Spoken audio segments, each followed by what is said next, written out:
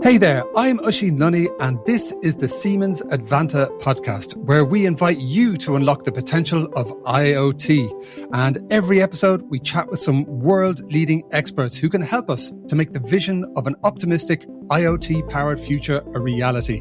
And today we'll be exploring IoT and cybersecurity and how to be inventive and safe at the same time. To help us make the right New Year's cybersecurity resolutions, we are honoured to welcome two heavy hitters in the field, Dr. Henning Rudolph and Professor Thomas Brandstetter. Henning is the head of global cybersecurity strategy and business enablement at Siemens. Welcome, Henning. Thank you, Oisin. Happy to be here. Awesome. And Thomas is the General Manager and IT/OT Security Specialist at Lime Security, member of the Review Board at Black Hat, and Professor at De Montfort and St. Polten Universities. Welcome, Thomas. Thanks, Oisin. Glad to be on the podcast. Brilliant. And the first question for you both, what was your personal journey into cybersecurity? Why is it important to you, and why are you working in the field? And we'll start with your good self, Henning. Perfect, Oisin. Thanks a lot. So I see three main reasons why cyber is a very interesting industry. First one is it's exciting and it's challenging. There's always something new, technology, attacks, cultural things. So always dynamic. Second one is the job satisfaction. So if you look at studies, 80% of cyber experts would always choose the field again. And third one is really the diverse skill set that you see in this industry, also reflecting on myself. So my background is not cyber. I come from automation. Then I went into management consulting, later on IoT and digitalization, and finally cybersecurity.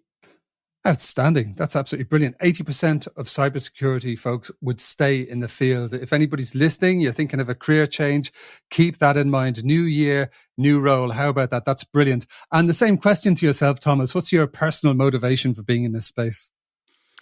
Well, Oisin, that's actually a bit of a funny story, because the way I got into cybersecurity is back in the late 80s. I didn't have an own computer back then. And I went to the computer room of my mom's school.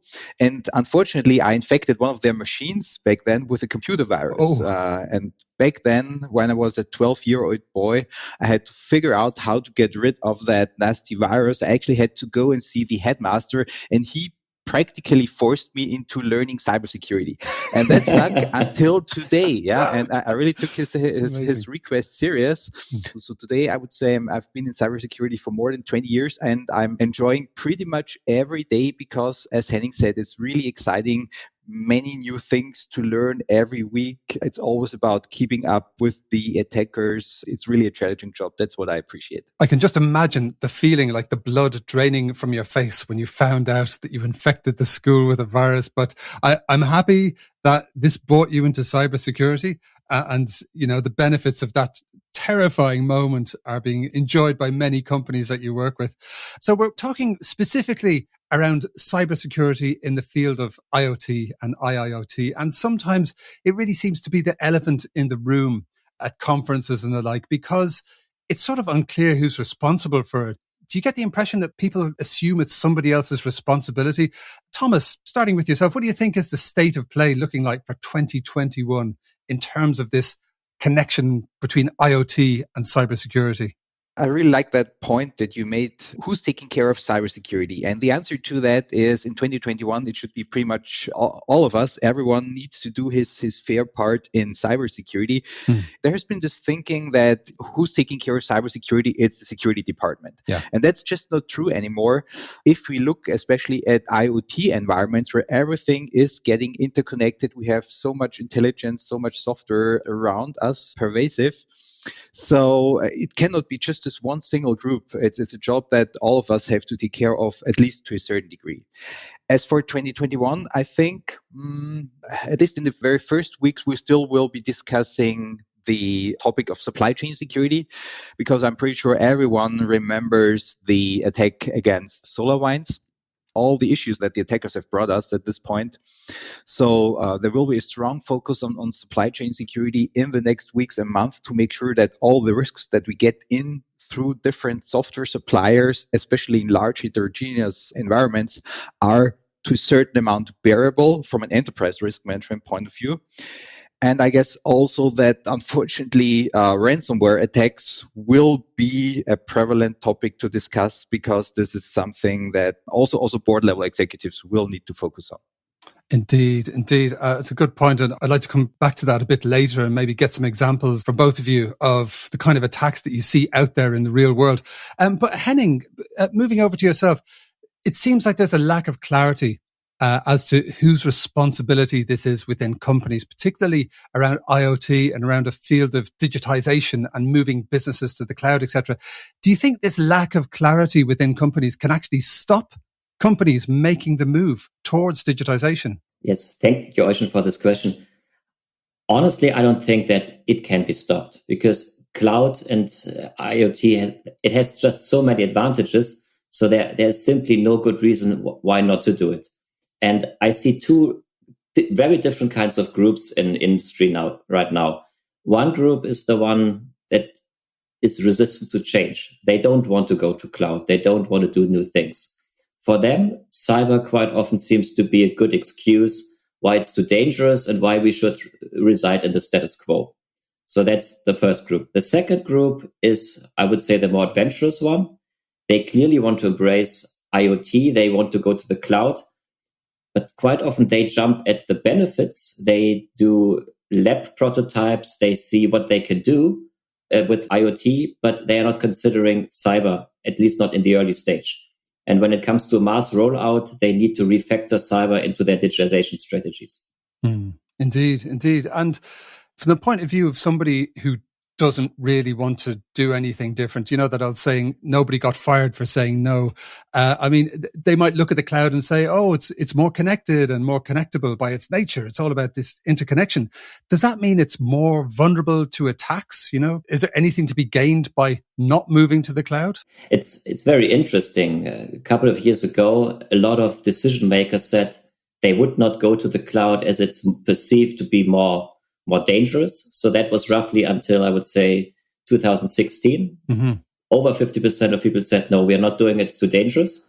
Wow. Since 2017, the trend has shifted. More and more people have realized that cloud is actually more secure than doing it on premise.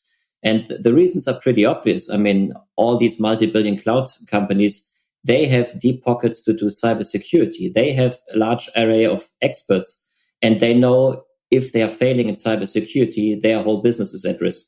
Very good points. I love that. Thank you. And let's actually get into the euros, dollars, and cents of this. Can we get a feeling for the benefit of connecting your business and digitization and moving into the cloud versus the cost? Are there any indications of the ROI? So I would start the answer to the question differently. So I agree that still today, currently doing and investing in cybersecurity is mainly, this classic cost factor. Depending on the actual executive, he or she might consider, it's sort of hygiene for compliance reasons, so something they have to do anyway. But I've met, unfortunately, few executives that really understood already that cybersecurity is actually an enabler, at least for the future fully digitized industry. For a fully digitized industry, I would argue that cybersecurity is pretty much a prerequisite. You just won't be able to run your business processes or just your factories without disruptions if security isn't a core part. If you haven't taken care of it, and then it's not just a question of does it cost you money, but do you actually earn money at that point? Indeed. It becomes a question of how on earth can you afford not to do it? A bit like moving your business onto the internet and enabling e-commerce and all this stuff that we take for granted. There was a time in the past when people were, maybe, I'm not sure about this internet stuff. But now we know it's like, if you want to do business, you have to be online. So we've been hearing about this option. I mean, it's a terrible option, but the option of sitting on your hands, doing nothing, not digitizing, not connecting your factory to anything, wrapping it in cotton wool, and that way it'll be safe forever. I mean, is that even an option in 2021? Starting with yourself, Henning. Right. Thank you, Eugen. And to be very clear, that's a myth that needs to be busted. Already in 2011, this was not an option anymore. It's a myth that things can be air-gapped. there are still people running around with USB sticks. They use their service PCs.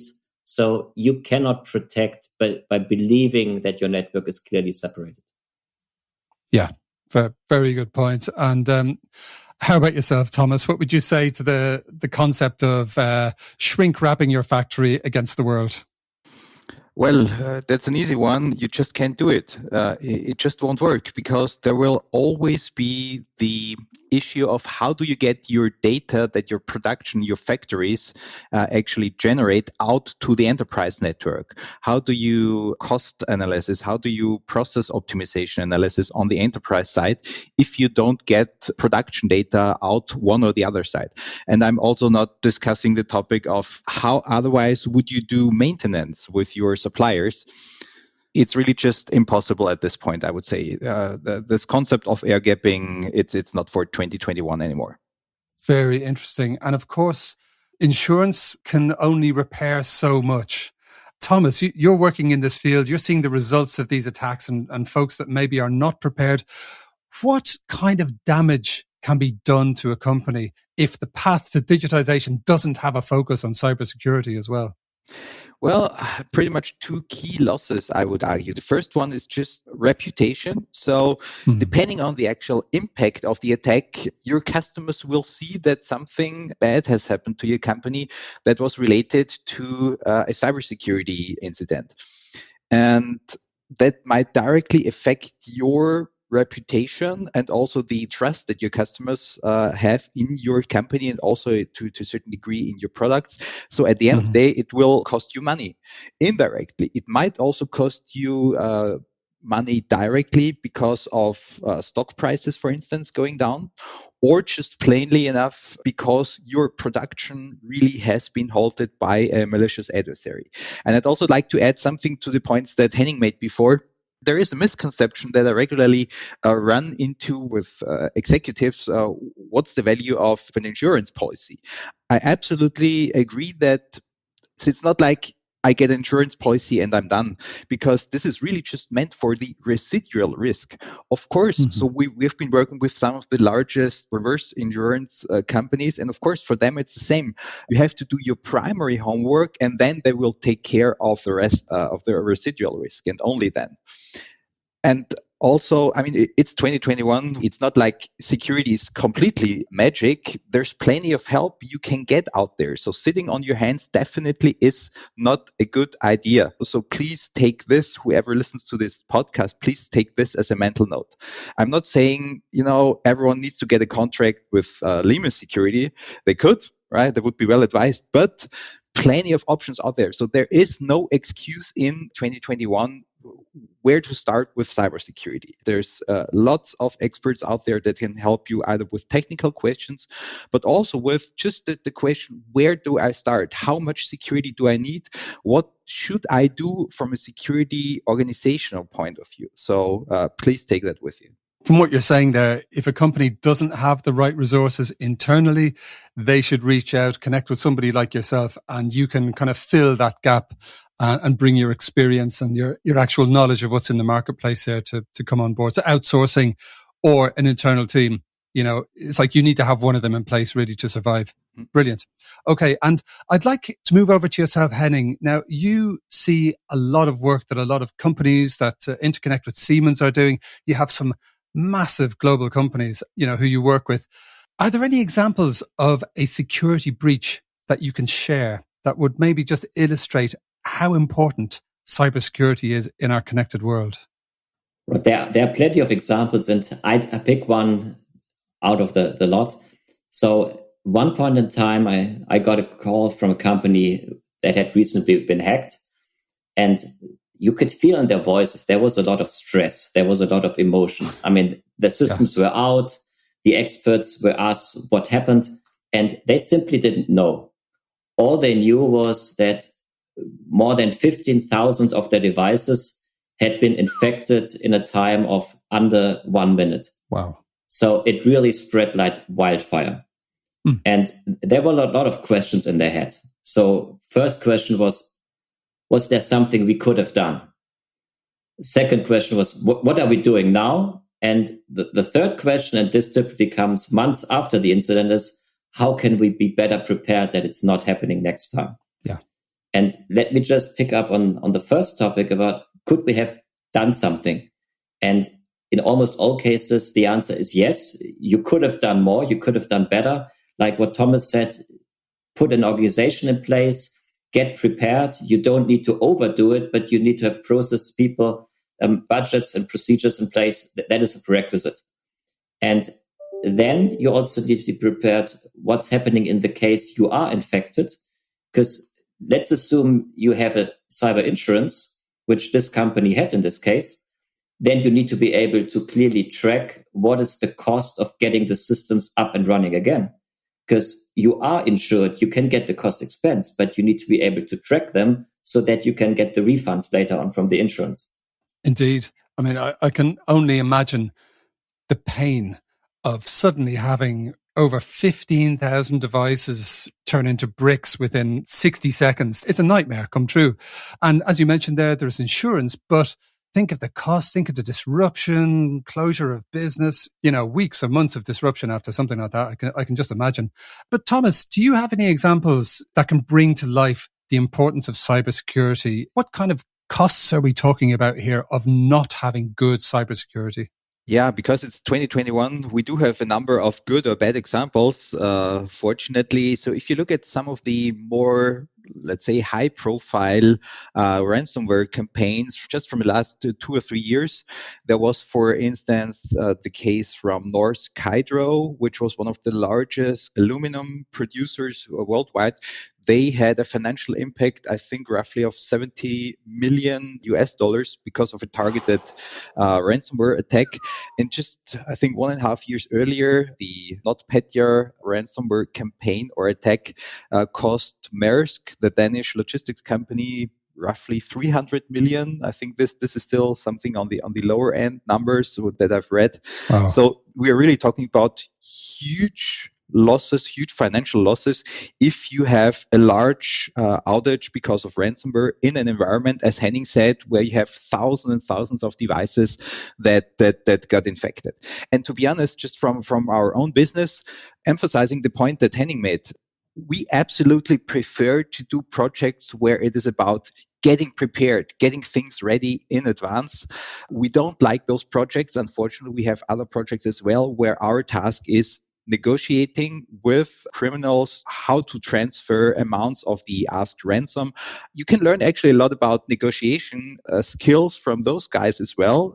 It's interesting, but it's definitely not the type of business that we prefer to do. But sometimes doing negotiations is the last option because there's no backup available, and the other option would just be losing all your data and going out of business.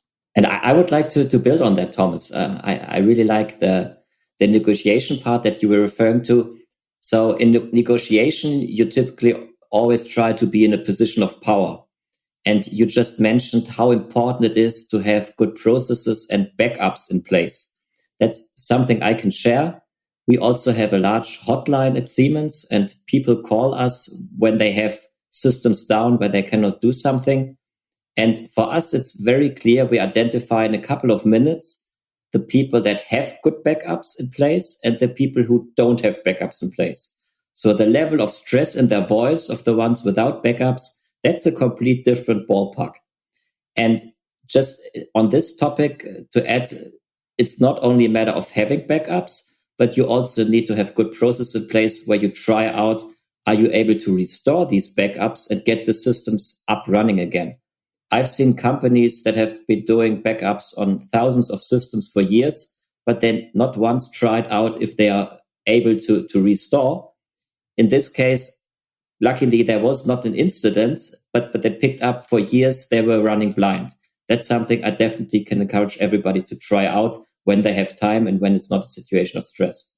Absolutely. And as you're describing those phone calls, I'm just kind of imagining the feeling that Thomas might have had as he realized that virus was on the school as like an IT professional on the phone to both of you saying, we've been hacked. We've had ransomware. All of our devices are bricked. Just that feeling of the blood draining from your face and your stomach churning. It's not a good place to be. I'm going to ask you both later for some cyber New Year's resolutions as well. How can people avoid this? But speaking of which, you both talked there about the importance of preparation, because prevention is infinitely better than cure. And the cure is sometimes extremely painful and expensive. How can people be better prepared for cyber attacks, particularly in the field of IoT? My take at this would be plainly, don't just invest in technology.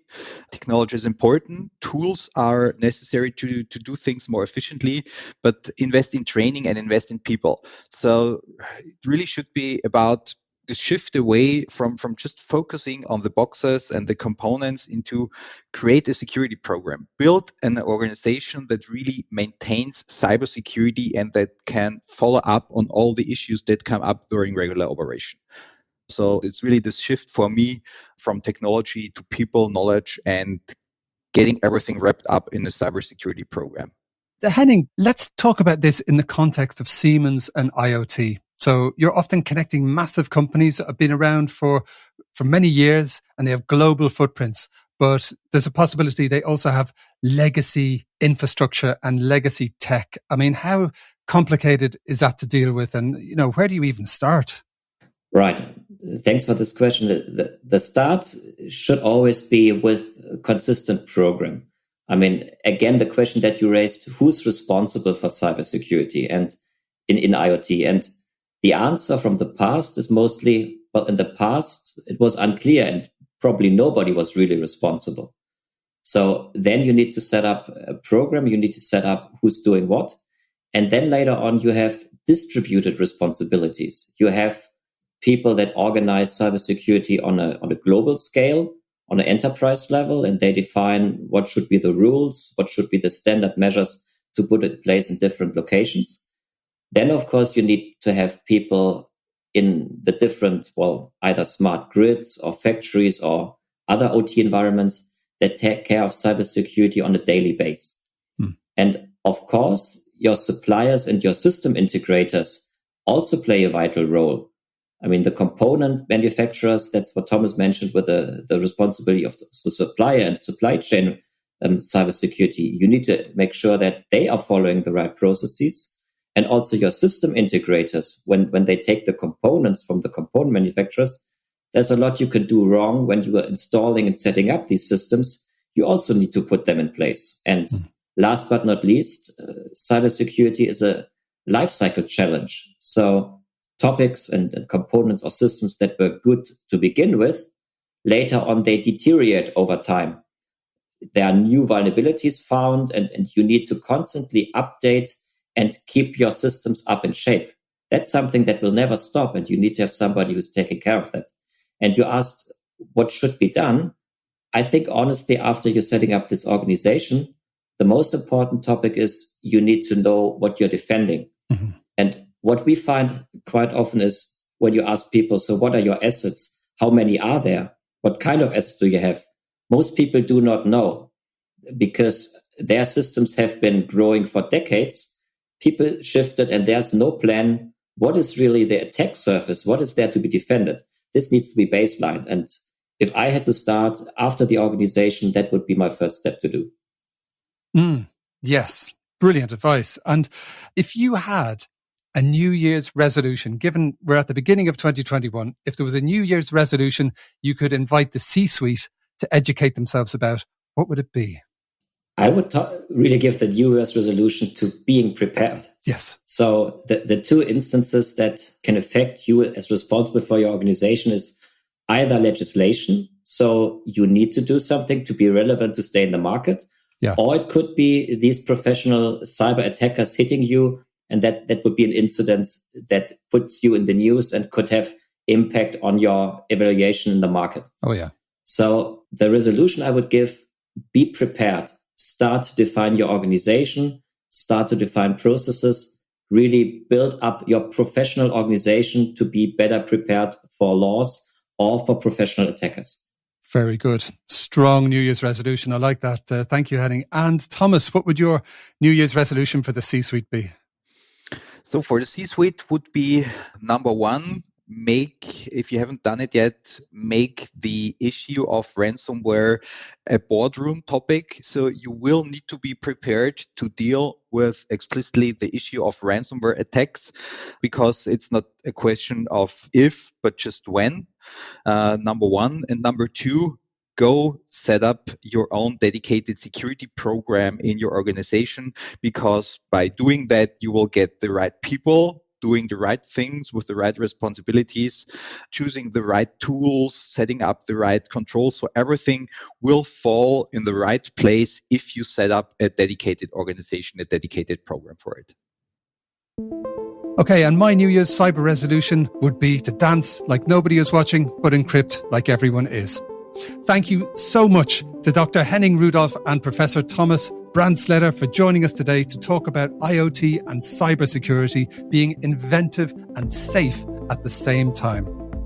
Listeners, if you enjoyed the podcast, please don't forget to tell your friends and subscribe using your favorite podcast platform. Also, do check out the Siemens Advanta website, where there is a whole section on cybersecurity and change management, and we'll put some links to both of our speakers in the show notes.